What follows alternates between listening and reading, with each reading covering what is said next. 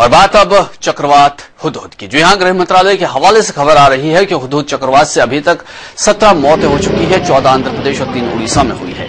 हालांकि अब बंगाल की खाड़ी से उठा समुद्री तूफान धीरे धीरे कमजोर पड़ रहा है, लेकिन इसका असर अब भी बना हुआ है। तूफान की रफ्तार 200 किलोमीटर प्रति घंटे से घटकर अब 50 से 70 किलोमीटर रह गई है। अब भी बंगाल की खाड़ी में लो प्रेशर बना हुआ है, जिसके चलते छत्तीसगढ़, मध्य प्रदेश, बिहार, झारखंड में कई जगहों पर भारी बारिश की आशंका है। हुदहुद तूफान भले ही कमजोर पड़ गया है, लेकिन अब चुनौती है इसकी तबाही जो हुई है उससे निपटने की। तूफान की कहर से सबसे ज्यादा प्रभावित आंध्र प्रदेश हुआ है और इस बीच प्रभावितों को सरकार की तरफ से खाने के पैकेट और राहत सामग्री पहुंचानी शुरू हो गई है।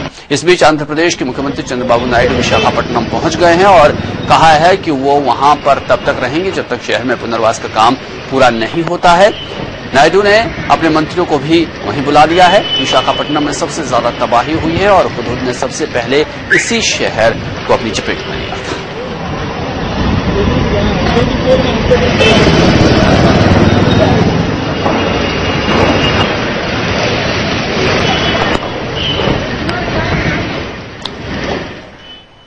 तो चक्रवाती तूफान हुदहुद बस्तियों तक आते आते काफी धीमा पड़ गया है। आंध्र ओडिशा के बाद इसका असर छत्तीसगढ़ पर पड़ना था। शाम तक प्रदेश में इसका असर दिखने भी लगा। तूफान की रफ्तार भले ही कम हो गई है, लेकिन इसने दक्षिणी छत्तीसगढ़ में काफी नुकसान पहुंचाया है। बताया जा रहा है कि इसका कुछ असर मध्य प्रदेश से होते हुए पूर्वी उत्तर प्रदेश और उधर झारखंड और बिहार में भी पड़ेगा।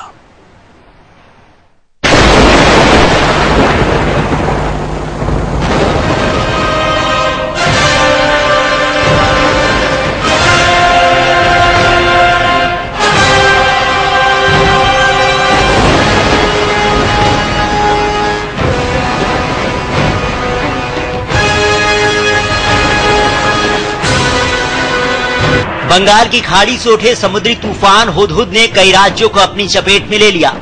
हुदहुद रविवार सुबह 11 बजे विशाखापट्टनम के पास कैलाशगिरी में भारतीय तट से टकराया। यहाँ 180 किलोमीटर प्रति घंटे की रफ्तार तक से हवाएं चली। आंध्र और ओडिशा के तटीय इलाकों, पूरे झारखंड, बिहार और छत्तीसगढ़ के कुछ इलाकों में तेज हवा और मूसलाधार बारिश हुई। ओडिशा और आंध्र प्रदेश में कई जगह बिजली गुल हो गई। बिजली और टेलीफोन के खंभे और पेड़ गिर गए और मौसम विभाग का रडार टूट गया। सड़क यातायात बुरी तरह प्रभावित रहा। अब तक की जानकारी के मुताबिक आंध्र, उड़ीसा में हुदहुद के चलते 8 जानें गई हैं।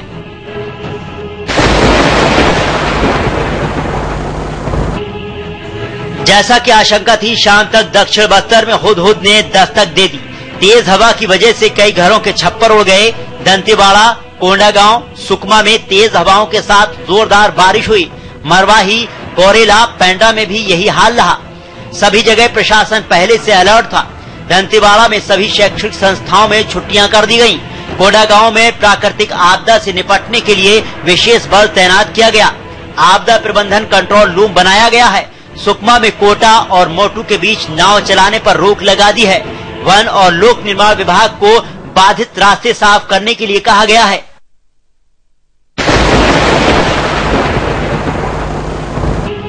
हुदहुद तूफान के हल्के पड़ जाने से बस्तर संभाग में थोड़ी राहत जरूर मानी जा रही है, लेकिन पिछले 36 घंटों से लगातार बारिश जारी है, जिससे सामान्य जनजीवन अब भी अस्त व्यस्त है। देर रात शुरू हुई बारिश का सिलसिला रविवार पूरे दिन जारी रहा। 36 घंटों में 80 मिलीमीटर बारिश रिकॉर्ड की गई। मौसम विभाग का अनुमान है कि अगले 2 दिनों में संभाग के कुछ हिस्सों में अति भारी बारिश तो कुछ हिस्सों में हल्की और मध्य बारिश हो सकती है। इंद्रावती नदी का जल स्तर सामान्य है, लेकिन सुकमा से होकर बहने वाली शबरी नदी का जल स्तर तेजी से बढ़ रहा है।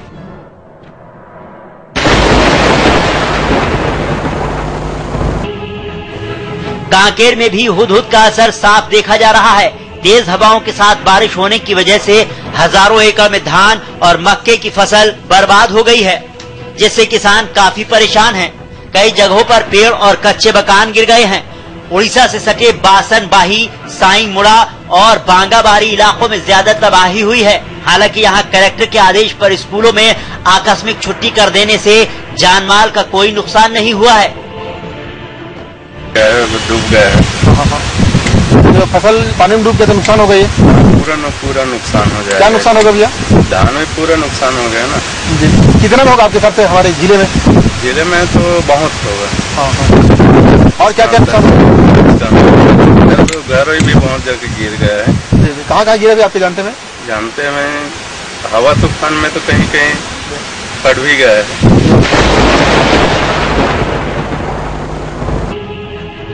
समुद्री चक्रवात हुदहुद का कोरबा में भी व्यापक असर दिख रहा है। यहाँ तेज हवाओं के साथ रुक रुक कर बारिश हो रही है। पिछले 24 घंटे में मौसम पूरी तरह बदल गया है। मौसम वैज्ञानिकों का मानना है कि हुदहुद का असर पूरे छत्तीसगढ़ पर पड़ेगा। विशाखापट्टनम जाने वाली लिंक एक्सप्रेस आज भी रद्द कर दी गई है।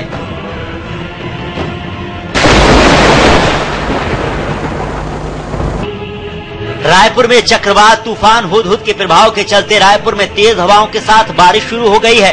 पिछले 2 घंटे से लगातार बारिश हो रही है। वहीं बारिश के चलते सीएम रमन सिंह का प्लेन रायपुर एयरपोर्ट से वापस नागपुर भेजा गया। 10 मिनट हवा में घूमने के बाद एटीएस ने लैंडिंग नहीं करने दी, वापस नागपुर रवाना किया। मौसम विभाग के मुताबिक अब हुदहुद उतना खतरनाक भले ही न रहा हो, लेकिन इसके चलते कई प्रदेशों पर असर पड़ना लाजमी है। छत्तीसगढ़ से होता हुआ हुदहुद पूर्वी मध्य प्रदेश से पूर्वी उत्तर प्रदेश और उधर झारखंड और बिहार में भी असर डालेगा। यहाँ का मौसम बदलेगा और बारिश होने की आशंका है।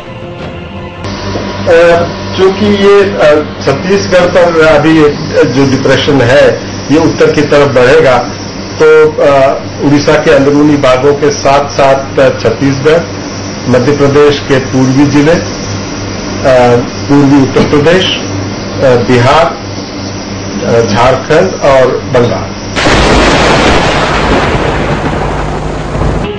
पूर्व केंद्रीय मंत्री और कांग्रेस सांसद कमलनाथ बाल बाल बच गए।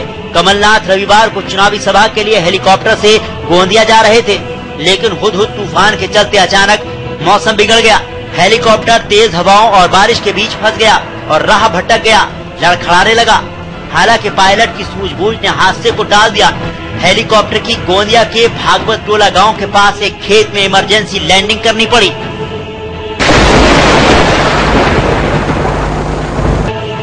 मध्य प्रदेश में हुदहुद सिवनी जिले के रास्ते प्रदेश की सीमा में प्रवेश करेगा। हुदहुद की वजह से यहाँ 40 से 50 किलोमीटर की रफ्तार से तेज हवाएं चल सकती हैं।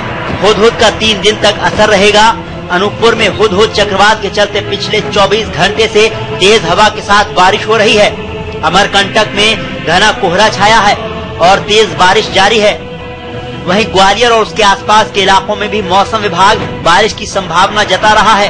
ग्वालियर चंबल में घटाएं छाई हुई हैं, हल्की बूंदाबांदी भी हुई है।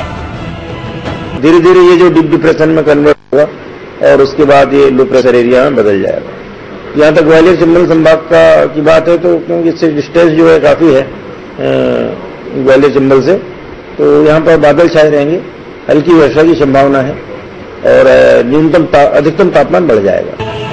कुल मिलाकर हुदहुद ने कई प्रदेशों पर असर डाला है। सबसे ज्यादा प्रभावित विशाखापट्टनम और ओडिशा के इलाके हुए हैं, जहां अब तूफान हल्का पड़ता जा रहा है और राहत कार्य जारी हैं।